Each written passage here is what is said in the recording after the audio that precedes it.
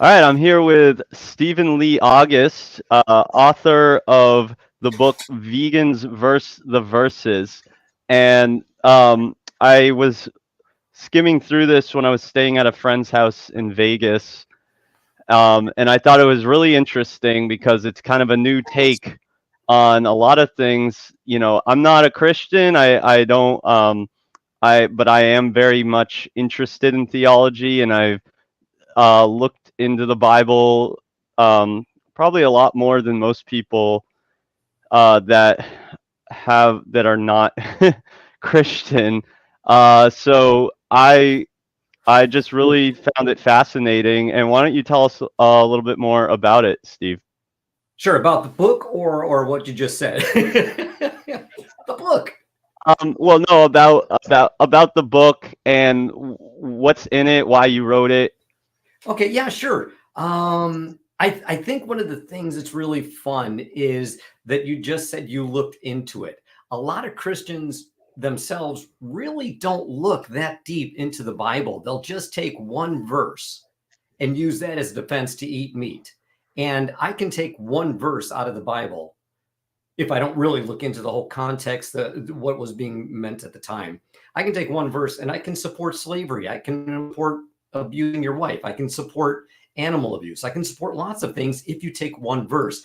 But what a lot of Christians that I speak to, and this book was written for animal activists like you, like me, like I'm assuming some of the people that are listening, it's to give them the information they need to discuss the things that are in the Bible, those one verses that might look as if it's implying that animal abuse is acceptable to God.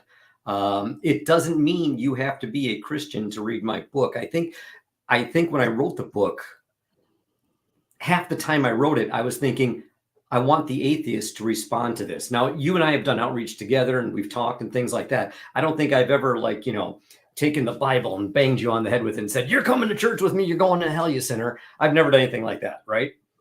No, but the little bit that I have heard you say, I found very fascinating. You're very captivating in the way Thank you. you delivered things.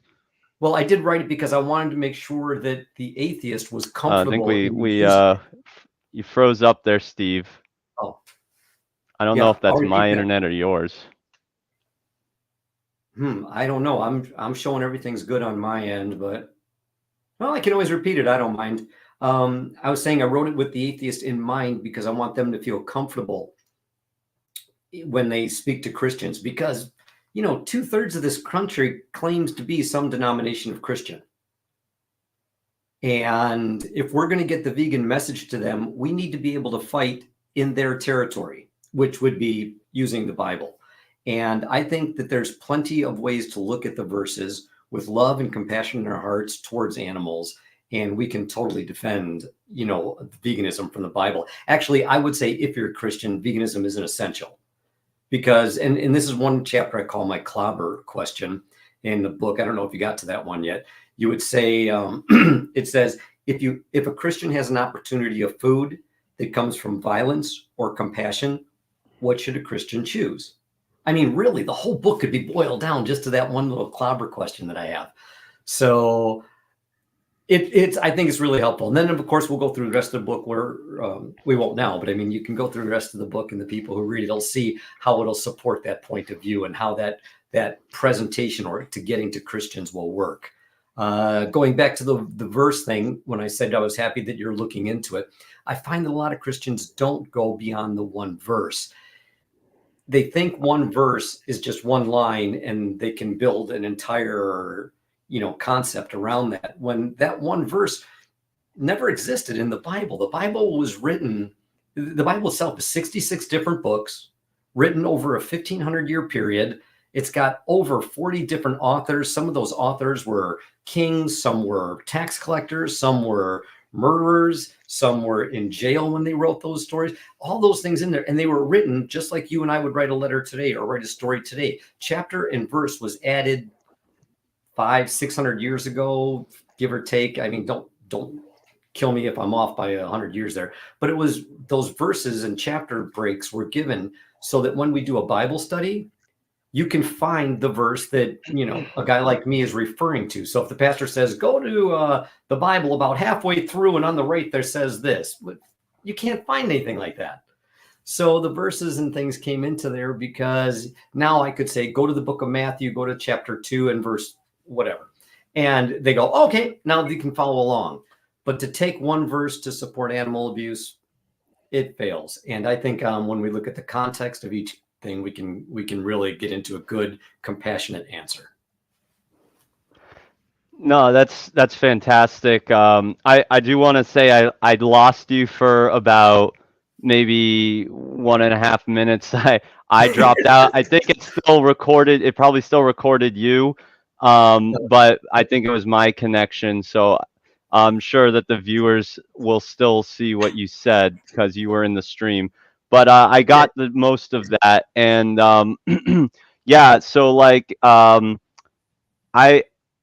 I do want to. I had a few questions. Sure. I came across one specifically, and I just feel like I don't know. I feel like you're the expert here. I can just kind of throw this stuff at you, and I recently got this book, so I am going to be digging into it some more because I like being able to meet people where they're at, and I like being able to um, use people's what is the word I'm looking for? Um, it's their own basis of understanding.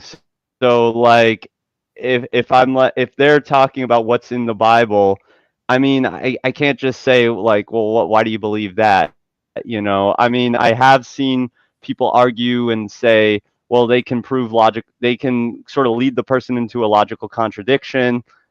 In some ways, I've seen Vegan Gains did that very well in a recent interview with an Orthodox priest. Um, but but Oh, I would have liked to have the heard thing that. is that what's that?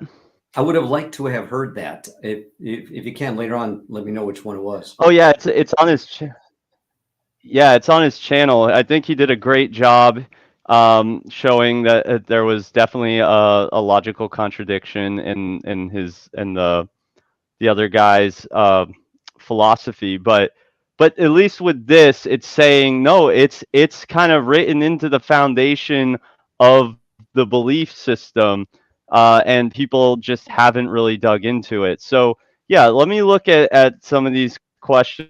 I think I had sent you some of them.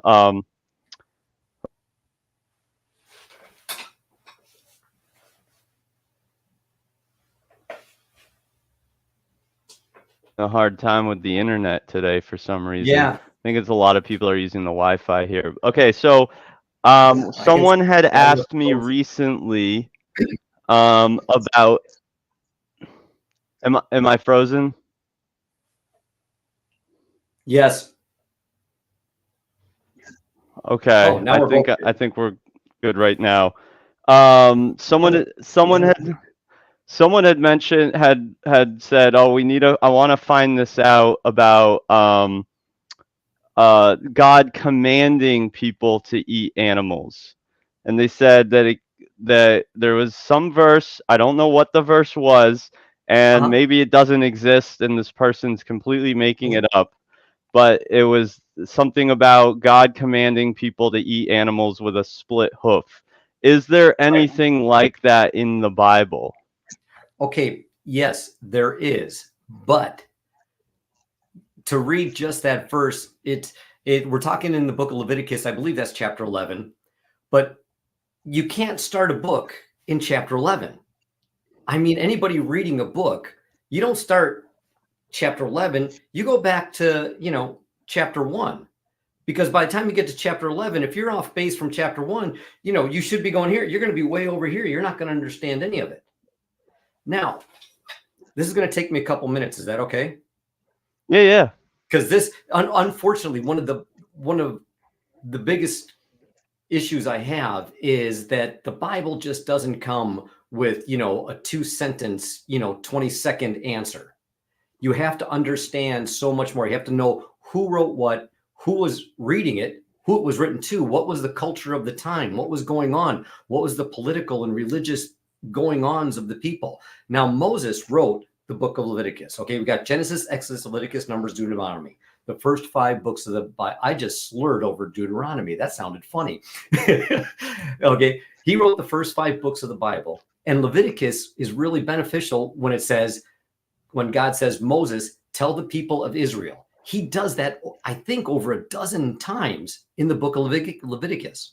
God is saying, Moses, tell the people of Israel. He's not talking about the people in Chicago. He's not talking about the people in London. He's talking specifically to Moses, saying, tell the people of Israel. And these people of Israel were the people that at one time were slaves under Pharaoh. I don't know if you remember any of that stuff. If you saw like movies like the 10 Commandments, or that's obviously showing my age. Oh, it's my my humanistic Jewish upbringing. We learned all about that. Okay, so Moses is talking to the nation of Israel that was captive under Pharaoh, and they knew nothing. I mean, they knew of the God of Abraham, Isaac, Jacob, Solomon. You know, we're right here. They knew about God from way back here in Genesis. Okay, but they really weren't practicing it because for 400 years they were in slavery. They lost their connection to their roots, to what the Christian would call, what I would call too. I mean, I'm not. It's to the real God. I'm going to use the word real God here just so we can, you know, use their language to get further in our discussion. So they didn't know what they were doing. So now they're doing all these pagan systems of worship that they were taught by Pharaoh or by the Egyptians. They knew of a creation, but they believed a creation story called the Enuma Elish, where the gods were fighting and tore each other in half, and humans were created as slaves, and blah, blah, blah, and on and on. So now Moses is writing all this stuff to redirect them, to say, hey, no, that's not quite the way it was. The creation story, this is the creation story. Then he's like, you know, Adam and Eve, this is what happened. He's looking back. Moses is telling the people in Leviticus here, looking way back in Genesis back here about the beginnings and things like that. So now he just freed them all from slavery, and they're getting all this information about the real God, but they were not willing to give up their animal sacrifices. All right. That's all they knew from their pagan worship. They understood that they had to worship God by killing animals or even killing their own children. All right. God says later on, by the time we get to Jeremiah and Amos, he's like, I didn't want sacrifices at all. Excuse me.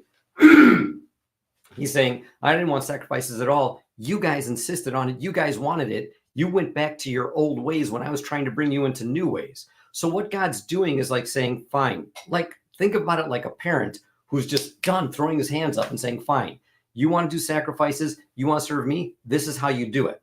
So think of every rule that God said on, like you said, split hoofs. When he said you can only eat this animal, these people were doing any animal at any time they wanted. Okay, now God's saying it can only be with this kind of hoof. It can only be done by this kind of priest. This priest has to have this kind of ancestry. It can only be the temple. I mean, every rule God gave to eat meat, these people, again, Israel, the people he was speaking to, heard it as a restriction. They no longer had the freedom to do it any way they wanted. They were being restricted on every rule. Think about it. Those rules made the meat easier to get. None of it made it taste any better. None of it made it cheaper and more affordable. It did nothing but make it more and more difficult because God was dealing with them where they're at. And by the time we get to the latter prophets later on, we're going to hear from Amos and Hosea and Jeremiah that God never wanted sacrifices in the first place. So as you can see, it's kind of I want to say it's almost like a welfarist attitude of weaning the people off of their addiction to meat. Did that kind of help? So it wasn't actually a command that you must eat these animals. It was, if you're going to, these are the animals that you Correct. can eat. Correct. Okay. And if you think about the people who heard it, they're hearing restrictions on meat. We're hearing permission in the year 2023. The people that this was written to, they were hearing it as restrictions. Now, also, you can't take Leviticus without understanding the book of Genesis, because when we're dealing with Genesis, these people who had the dominion, who were created in God's image, they were eating meat. Remember, they're the people that were saved from slavery in Egypt. Okay, Moses not only wrote Leviticus, but he also wrote Genesis, and he said that you're supposed to eat plants in a time when they were only eating eating whatever they wanted, animals whenever they could afford it. So if you look at the Genesis account and the Leviticus account, you put it together, you understand that God didn't want us to eat animals. Mankind chose and said, we're going to eat animals if we want to. And then God's like, fine, if you're going to do it this way. It was a slow weaning process. Think of it like heroin. I think I got a chapter in my book where I said God's a meth dealer. Because, if you're on heroin, when you're so addicted to it, you go to a clinic to get off of heroin, they're not going to just cut you cold turkey. You could kill yourself from that, depending on your addiction level. They'll give you some methadone or something to ease you off it. And then you get less and less until the point, because methadone's an easier drug habit to kick. Then, it's like that. You see what I mean? So they wean you off of the drug until they totally make you clean. God was doing that, weaning them off of their addiction to sacrifice, weaning them off their pagan ways and them to his ways. There was no sacrifice ordered in God's ways. Those were all pagan ways brought into the worship of the Israelites. Why is it because of the idea of free will that God let any of that happen in the first place? Yeah, the only free will is such an interesting thing and so difficult to understand sometimes. But in this case, yes, God gave man free will to do whatever he wanted.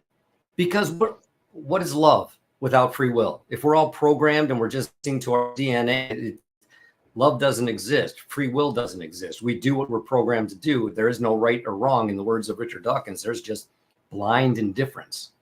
Okay, so with free will, though, we have a choice to choose to do good or bad. These people chose to do bad. And God, without forcing them, without violating free will, used this welfarist, accommodation way to get them slowly off their addiction to sacrifice and animals. So why do animals have free will? I'm going to say yes. I mean, from what I read, if you read in my book, I even make the argument, and I can't prove this. I'm not saying that this is for sure, but I even think there was a time where animals may have had moral accountability. Like today, we don't get mad if a tiger kills a person because a tiger doing what a tiger does. All right. But I think at the time there was punishment that was given to animals when they did things. Now, if they're ordering punishment to an animal, then they must have had some kind of accountability. The Bible really doesn't say for sure like that. It just I list in my book many places where God attributes them with moral character, where justice is served and things like that involving animals. So I'm going to say, yeah, I think they do have some form of free will. Now, has that changed? Possibly. I don't know. I mean, I'm going to say yes, but I can't really get much words. That's just all theory at this point. Yeah, because I would wonder. Yeah, I would wonder why. I would think, well, if they don't have free will, why wouldn't God just then take away their ability to suffer and feel pain, so that they don't have to endure any of the, really horrible situations that humans would put them in, or other animals, for that matter. Why he wouldn't take away their ability to feel pain? Yeah, since humans are just doing awful things to them, and also other animals doing awful things to each other. Yeah. Yeah. Well, see, now the next thing to say is, which is very important, I think, for the vegan activist to get into, is to really understand Genesis chapter 1 and chapter 2, all the way up to Genesis chapter 3, where sin enters the world. We have a book that's this thick. 66 books. We got over 1,100 chapters in there, and we only have 2 chapters. Actually, one, the Genesis chapter 1. It's only 31 verses to read. You could do it in 5 minutes, but we only have one place in all of Scripture where God says it was good. There was no death. There was no animal sacrifice. There was no eating of animals. It was the Garden of Eden. We were to eat plants. Genesis 1:29. God made it very clear the way he wanted it to be when he said it was good. When sin entered the world, everything went down the toilet from there, and God has been continuously working with people to bring them back to where he wanted them. I see. I see. I'm just looking at these questions I had here. Sure. So does it okay, well I'm thinking of one question which I don't think I wrote down which is, you know, I have a Christian friend who says cuz I said, "Okay, well, at least what cuz he eats everything and he'll eat any animal." And Mhm. I said, "Well, why, you know, why don't you at least keep kosher? Like, it doesn't it say that in the Bible?" And he says, well, no, it's because when Jesus came, the law had been fulfilled. So that doesn't, you know, it's not necessary anymore. And then I've heard, you know, vegan Christians say, well, now we're in the time of grace and the law's been fulfilled. That means we don't, you know, we don't eat animals anymore. So I hear these like very strong opposing opinions about that. I'm wondering what your thoughts are. Okay. If you remember what I said about Moses, who he was writing to was that little group of Israel, the nation Right, Israel. right, All the laws they wrote were only for about 120 years during there was a temple situation going on. But when Jesus came, we were no longer living, they were living under the law. Thanks to Jesus, Christians are saved by grace. But just because it's grace does not give you right to torture animals. Again, the question I would offer is this one I told you at the beginning when we first chatted is, okay, you can eat animals, but if you have a choice of food from compassion or violence, what would Jesus want you to choose? Not a law. It's you can do whatever you want. It's almost like, again, with free will, God's like, I want you to do the right thing, not because I'm forcing you, but because you want to. right. So it So takes no theological degree to ask that question. It doesn't, you don't really have to know scripture. All you got to do is say, if you have a choice of violence or compassion, what would a Christian choose? So if they're going to reach into kosher food laws as reason to allow them to eat animals, well, then you've got to save your own soul by the law. So good luck with the 613 laws, keeping every jot and tittle is a biblical term. Okay, of those 613 laws. he wasn't even interested in kosher, but yeah, that's also interesting. Yeah. Um, So you can take a choice. I mean, God still allows you to save yourself by works of law, by your own good deeds. God's like, go ahead, but you're not going to make it because you break even one of those 613 laws, you're dead. You're hanging off a cliff by a chain with 613 links. You break one link, you're still going to end up splattered on the bottom of the chasm. So that's the way the law would save people. It was to show people there's no way they could keep it and have them look forward to a savior, to a Messiah. That's who Christians believe Jesus Christ is. He's the Messiah. He fulfilled the law. He fulfilled everything. And now we're saved under grace. But what do we do with it? Do we use it to cause pain and suffering, or do we use that grace to show love and mercy? well, Just like the so Apostle Paul said in Corinthians, not all things are permissible, but not all things are good. so is it not entirely clear then, other than the fact that God was speaking to the Israelites, that people now in the time of grace, people are not supposed to be eating animals? Like, what is there anything specific in the New Testament that says you can or cannot do that? Um,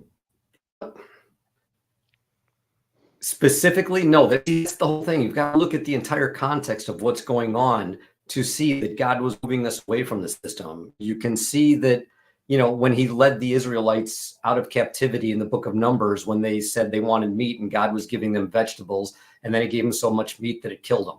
There's so many things that show it's a negative, but just as explicit, no, you can't eat animals. God, it doesn't work like that. It can really, I think you can bring it to what Jesus said when he said there's only two laws that Christians need to follow: love God and love your neighbor. I mean, If you're going to love God, are you going to deny his creation every natural characteristic that these animals require? I mean, God made some animals with the ability to fly. Are you loving God when you take away that ability for these animals to fly? Chickens, they have a pecking order. They love to raise their own children. They love to, they can communicate with each other. Pigs love to snuffle in the leaves. Some animals like to be out in the day. Some like to be out in the night. Some live in packs. Some live solitary. Humans are denying every natural behavior that God gave animals, okay, just so they can eat them. How is that loving God?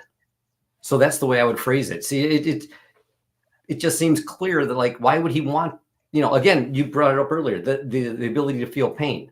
All right, you can eat animals, but if it causes pain, why would you when you don't have to? Right. See, I think a lot of my And arguments. no, I'm yeah, sorry. no, that makes sense. No, go ahead. Go ahead. A lot of my arguments don't argue that you can't eat meat. It argues that because you're a Christian and you want to serve a loving, compassionate God, you shouldn't. Not always the vegan way to look at it, because vegans are like, well, it's just wrong. And I go, Right, I agree. especially from the way that it's right. It seems like that there's a lot of that there's a lot of basically like rules set up to try and make sure that people don't end up eating animals in the manner that they're being eaten today. And as someone who's not a Christian, I would say like my whole thing about animal veganism is that I want to extend human rights to animals. So I don't know uh, does that translate into Christianity or your view of Christianity at all? That God eventually wanted us to uh, extend human rights to animals?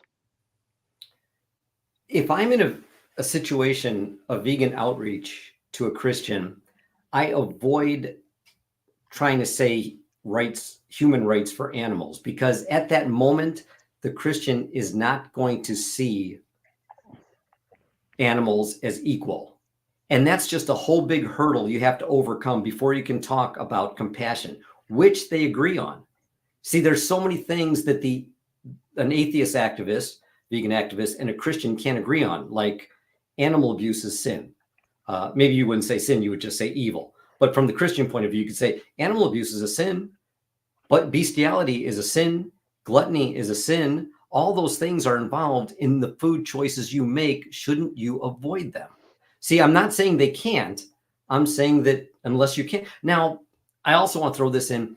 If you and I were, one of the apostles walking with Jesus, back around the Sea of Galilee, and we're dirt broke and there's nothing to eat, it's kind of like the vegan being stuck on the desert island. Would you eat an animal to save your life? Well, these guys, if a fish was all they had, I'm not going to say it's vegan, but I'm going to say it's not the situation we're currently in today. They needed it for survival, because the only food they had access to would have been free food that came from the ocean, because they didn't have land. They couldn't grow their own food. You see, so there's little things like that taken into consideration. But when it's a matter of survival, I don't even get into that argument from the scripture. But today we don't have that. It's 2023. I'm going to leave my house, and no matter what direction I go in 2 minutes, I'll be in front of a grocery store with food from around the world that doesn't involve death. So as a Christian, I'm going to choose the most compassionate choice. See, I'm arguing. So when I talk to them, we kind of meet on a common ground where we like, okay, it is okay to eat animals, but we shouldn't. Do you see how I'm working that? Mm-hmm. Okay, good. And you had mentioned something about their natural behavior. Does Yeah. it say something in the Bible about that? Yeah, there's quite a few things. For example, one that I really love is when Jesus describes a chicken. All right, he uses God's love. He wants to describe God's love, and he uses a chicken as an example to show that chickens are capable of love. Chickens want to protect their young. Okay, if these animals can show love, if they want to protect their young, and God cares so much for them that he answers to all their needs, who are we to take that away from them? And then back again in the beginning of Genesis, when we got God saying he made the birds to fly in the air. Okay, well, if we take away that ability to fly, are we truly living in God's image as a Christian? No. If he made some animals with these instinctual desires, taking those away is absolute animal abuse. Just look at what the animals were for. So is there in that case then, Yeah. when a Christian engages in this behavior, um, I mean, I'm wondering what the outcome of that is, in terms of repercussions. Is it I, I know some Christians do believe in hell, some don't. I don't know. What is the what happens when you put this forth to a Christian and you say, look, it's pretty obvious if you do the math here, logical math of the Bible. It wants us to be vegan, or it wants us not to engage in these acts. What happens when they ignore that and they do that anyway? Okay, that's a big theological study that the world of Christendom still debates today. Mm, When you put together the math, I don't say that it argues that we're vegan. It argues that we should be compassionate, and veganism falls under the umbrella of compassion. So that would be the way I phrase it, because mm, it just works better for my vegan outreach when I'm talking, doing street activism the way we do, the way you and I have done together in the past.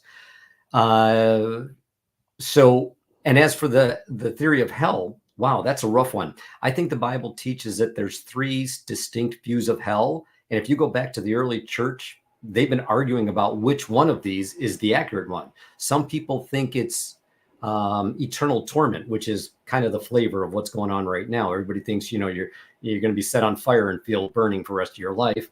Some people think that there's annihilation, which means once you're dead, you're gone. It's over.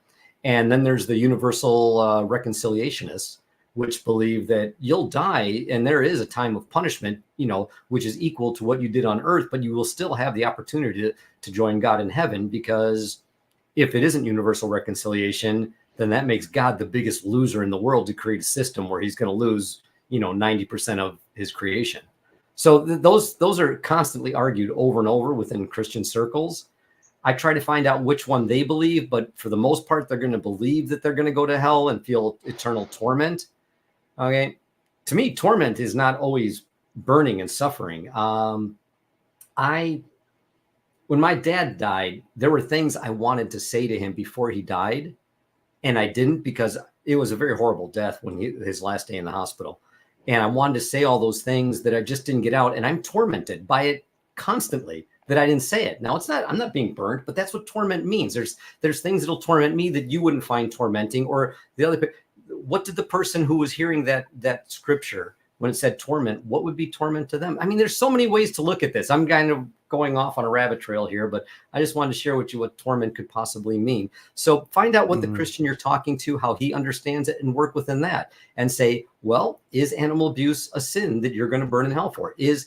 Since as the websites that I read, at least 60% of them, if not more, use some form of artificial insemination, which is essentially bestiality. I mean, if Jesus saw us take an electric dildo and shove it up a bull's butt to make it orgasm, and then jerk it off and grab its sperm and force a cow into a thing, I mean, what pastor says, yeah, artificial insemination on animals God would approve of? That's insanity.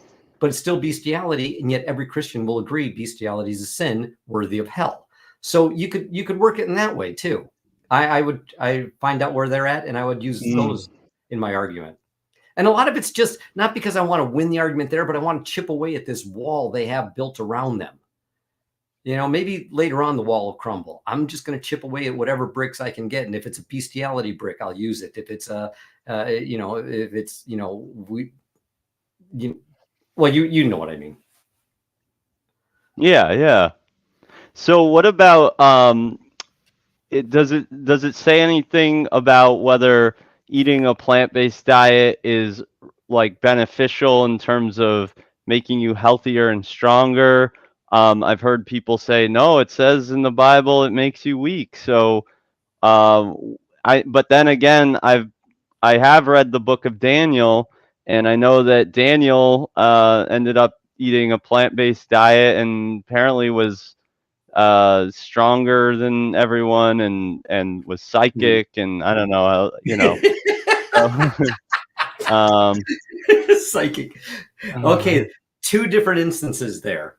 Okay, I get a lot of pushback from vegans because I don't use the Daniel diet for vegan uh, advocacy. Daniel only went vegan for that short amount of time, which was, I believe, it was a period of three, or well, let's just talk about the 10 10 day days. 10 days, Uh, right? Yeah, yeah.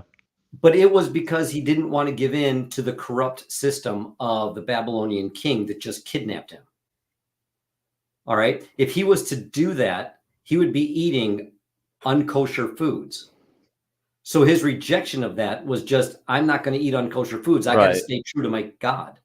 So it wasn't because he's like, no, we're not supposed to eat meat. It was just, it wasn't kosher. It wasn't permissible under the Jewish law. Later on in the book of Daniel, we hear, Daniel then proves himself and God intervenes and he does all this wonderful stuff because I love vegan food. I feel great. I'm 62 years old. I can probably outrun and outjump you. Okay.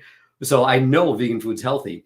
But the thing is, after 10 days, there's no way you're going to be that much healthier and that much. They didn't have ways to test blood serum cholesterol levels in those days. They wouldn't know that your health was improving in 10 days. Obviously, there was some miraculous intervention from God on that. But by the end of the book of Daniel, Daniel now is in a position to where he's working for the king. He's in a high position. He can order whatever food he wants, and he's clearly eating meat, it says, because he took time off of eating meat for a time of mourning for someone else. So the Daniel diet just is not a good vegan thing. It works because most Christians don't read the entire book. They just might read that one part. Yeah, okay, Daniel went vegan. No, he didn't read the whole book. So it's not a good one to use. It kind of kicks us in the butt if you're talking to a religious fanatic like me, or you're talking to a pastor or something like that. Now let's get on to the part where it says vegans are weak. It doesn't say vegans that are weak. We have to look at what eating the vegetables represents. That's when the Apostle Paul was bringing us the message of grace through Jesus Christ. Some people were still keeping kosher laws, saying that we have to eat we can't eat meat sacrificed to other idols, because when you eat the meat sacrificed to an idol, you're joining yourself with that deity. All right, so to do that would be wrong. Now, when Paul comes in, he says other idols don't exist. They're just things made of wood and stone. They don't exist. You can eat anything you want. You can eat the meat because the idols, though no God exists, only one God exists. Okay? Do you see what I mean? So it's not like he's saying, yes, I want you to eat meat. He's just saying, don't worry about it, because now there are weak Christians, the new converts, who don't really understand your freedom and liberty in Jesus Christ. They still got kind of like one foot in the law of Moses, Old Testament, and in the grace of Jesus Christ, New Testament. Now, they were eating vegetables because you really didn't offer much vegetables to gods. So it wasn't that they were eating vegetables. It's what eating vegetables represented. It represented a weak Christian, not physically weak, but weak in his theology. He didn't quite get to the point to where he realized you could eat that meat that was offered to the pagan gods, because pagan gods don't exist. They're figments of these people's imagination. Do you see what I mean? So what did the food item represent? That's what we're So, at. basically, I'm sorry, I got confused. Yeah, no, this is, see, I it's got hard because lost. I'm trying to squeeze it down, and I'm trying to talk fast because I know we have limited time. Mm. And it honestly, there's a big chunk of my book that's dedicated to that. It might take you 2 or 3 hours to go through it, but it would essentially say, don't think of meat and vegetables when the Apostle Paul's talking as meat and vegetables. Think about what the meat and the vegetable represents. When you were able to eat meat, it meant you knew no other gods existed. You're strong in your Christian faith, and you're like, I'll eat anything I want because those gods don't exist. It doesn't connect me to a God that doesn't exist. However, a weak Christian would be like, that meat over there, that was served to an idol, and maybe idols exist, maybe they don't. I'm just going to stick to my vegetables. Okay. It wasn't a But vegan thing. It had nothing to do with right, I vegan. see. I Okay. understand. So you're saying that basically when they're talking about weakness, they're talking about sort of theological Mhm. insecurity or weakness. They're not necessarily speaking about an actual physical weakness Correct. that someone might have, right? A Correct. It's a spiritual psychological thing. thing, Yeah, at spiritual least in thing, that right? verse, at least for that verse that you just referred to that I'm commenting on. O- But again, Okay, there's more, okay. and as you can see, it gets so weighed down because there's so many little elements. But again, think what I call my book, the 5 W's: who, what, where, when, why. Who wrote it? Who heard it? When was it written? What was the atmosphere like? What were the people into at that time? How would they have understood it? How did they hear it? They wouldn't have heard it as in, a physically weak thing. They would have just heard it like, oh, I can't eat vegetables. I can't, or I can eat meat given to an idol. They were unsure what to do with that. This was all brand new. This was earth shaking information to a nation that was keeping kosher for hundreds of years. So to hear that they don't have to anymore because Jesus freed them from that, it's earth shaking to them. So, so what I'd like to do with the last few minutes that we have is Yeah, I want to. There are a few people watching. If th- I'm if they want to come on and ask a question, I'm gonna put the link to the StreamYard in the comment section.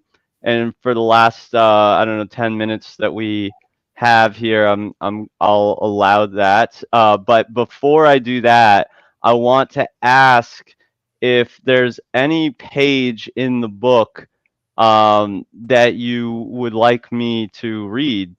And just to give, because what I've found is interesting about this book is that each page has a little gem in it. It's like a little gold nugget, right? Where you kind of show a verse how the average Christian interprets it in terms of, well, this is why it's okay for me to do whatever with animals and eat them however I want, or something like that. And you kind of really show it in context and why that might not be the case, right?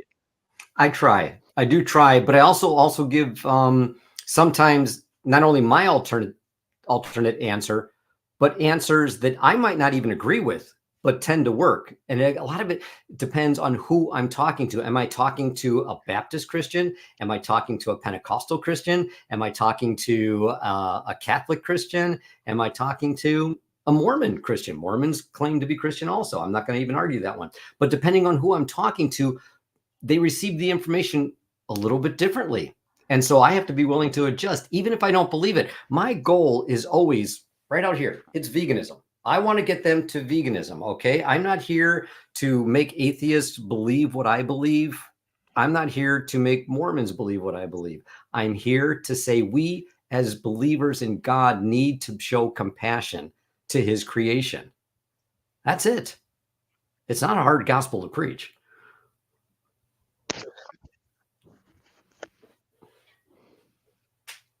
Now, and you're asking, oh, you did ask if So there is was one. yeah, so is there any particular page that comes to mind? Oh gosh, I can't think of one. I would get not one that really I don't know that much about your audience and the people that are listening to you here, but I'm going to assume because you're atheist that you have a lot of atheist followers. I would say I'm I I'm don't want. I'm agnostic. I would say I'm Oh, agnostic. okay. Sorry, I apologize. Actually, I actually sometimes really do believe in a God. I just don't necessarily believe in a benevolent God. I believe in a malevolent God. But Okay. but no, yeah, for the most part, I'm agnostic. Okay. Well, then let's just go with if to the vegan activists that are listening. I think I would just say, look at the clobber question first. There's a chapter in there I call my clobber question because that is just you can just go up to anybody. If you're in an elevator and you end up getting stuck because you have a vegan button on, and if you don't, you should, because that really works so well. So I go, "What's a vegan?" I always come back when I go, "Well, it, it's I just don't think God wants me doing anything or eating or wearing anything that hurts animals." I mean, there's so many ways you can adjust that, because it really puts the pressure on them to open up the Bible and say to you, "Well, God says we can torture animals." It's not going to say that. You see what I mean? So that would be the one thing that I think I would really encourage them to get to. But It, yeah. is there do you know what page that's on in the book? Oh God, I can afford it. Grab a question, something like that right now. Sorry, I think it would be cool to at least recite something before we go. And for any of those listening, we'll probably be on here for another 5-ish minutes. So if you want to ask a question, now would be the time. You can come on the stream. You can come on the StreamYard via the link in the chat, or you can put your question in the chat. Otherwise, I will just finish this up, with something from your book.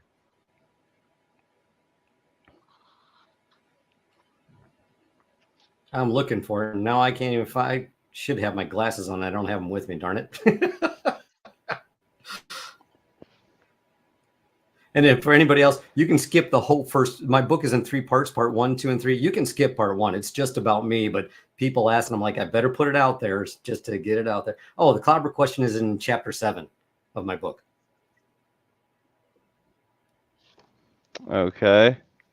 Go ahead and read that. Chapter. It's right on, and I read this page. All right. So, first page 37 is chapter 7. My clobber question. Christian Meat Eater says, "You're a effing heretic. You Oh, hear you can me? say the You words. got." You gotta stop this goddamn compassion bullshit. It's from the pits of hell, you hear me? That quote is from a conversation I had with a born again, Bible believing Christian during a demonstration on Fremont Street in Las Vegas in 2019. If it wasn't so sad, it would be laughable.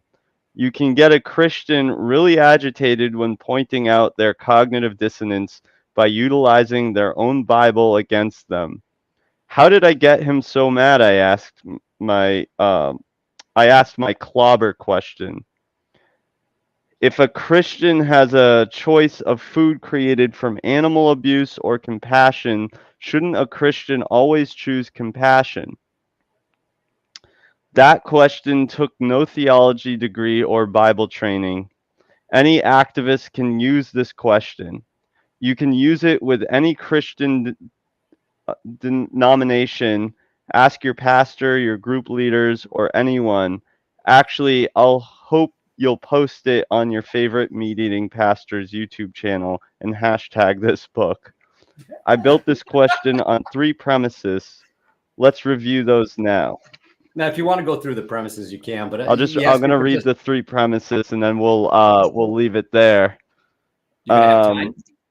Yeah, I'll do it.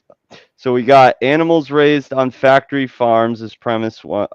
Animals raised on factory farms are animal abuse. That's premise 1. Premise 2, the distinguishing principles of being a Christian are mercy, kindness, and compassion. And premise 3 is humans have no biological need for animal products in their diets. And that conclusion would be when a Christian has a choice of food created from compassion or animal abuse, their choice should always be compassion. Let's drive into each Okay, so if you want to learn more about that, get the book. I'm sure it's available as a PDF as well as the physical Yeah, copy. you can get it's downloadable. And I would always encourage everybody do the Kindle. It's cheap. I I was gonna say it's I'm a cheaper. little It's disappointed that I Oh, sorry. Go ahead. Oh, I would say get the Kindle version. The Kindle app is free. That way you can get it for cheaper, and there's no printing cost. It's better for the environment. I'm an old hippie. Okay. No cost, no gasoline used in shipping it to your house. I mean, some people like the hard copy book. I get that, but I always encourage do the Kindle. I make less money, but I'd still rather that happen because come on, we can only do so much in this environment. We can't keep cutting down trees, even if it is recycled and all the cost of shipping and printing and the damage. I try to do as little as possible. Well, I think I would love to have you on again to talk all about the trees, actually. What does God say about cutting down trees? Oh, there's a great one. That'll There's take a whole nother no, there's a great I'm trying to remember what verse. It's in Deuteronomy where God says if you're in battle with your enemy, not to destroy the trees. Okay. You can kill the enemy, but you can't hurt the trees. I love that. Oh gosh. right. That I can't remember, but we'll talk about it for sure, dude. Yeah, yeah, I'd love to have you on here again, and maybe at some point get a non-vegan Christian on here, and sort of see if you guys can have a discussion or something, and what that looks like and how that turns out, um, because I think it'd be interesting to see how how you reach these people, and also I'm gonna want to ask more questions about the book and probably go into these premises more. So I would like to have you on again. But Of Stephen course. Lee August, go check him out. Buy the book. Get the Kindle version. Don't cut down the trees like me. I was very selfish. I had to have the shiny. Well, it's kind of actually opaque, but my brand new copy. Sorry, that's gluttony. That's like greed, and I'm going to hell. But I'll see you guys soon. um, God, don't send me to hell, please. All right. Well, thanks for coming on, man. Really appreciate your time. Of course. Good seeing you again, man. It was a pleasure doing outreach with you. I hope you get back to Vegas. Yeah, yeah. I'm sure I will at some point. We'll be in touch.